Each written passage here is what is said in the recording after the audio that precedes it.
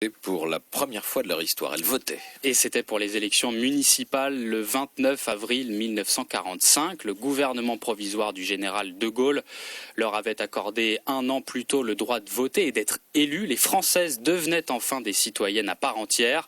Et ça, Solange Ducol, âgée aujourd'hui de 93 ans, n'est pas près de l'oublier. Je me souviens tout de même avoir senti quand même la fin d'une injustice, si vous voulez.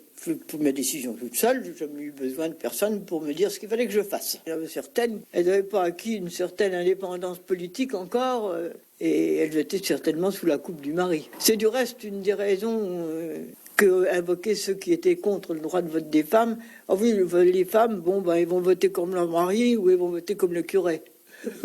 J'ai souvent entendu cette réflexion. Rapidement, quand même, après la libération, là, évidemment, ça devenait difficile de leur refuser le droit de vote parce qu'elles s'étaient battues. C'était même impossible. Personne n'aurait compris. Est-ce qu'au cours de ces 70 dernières années, Oui. vous avez raté une élection? Non, jamais.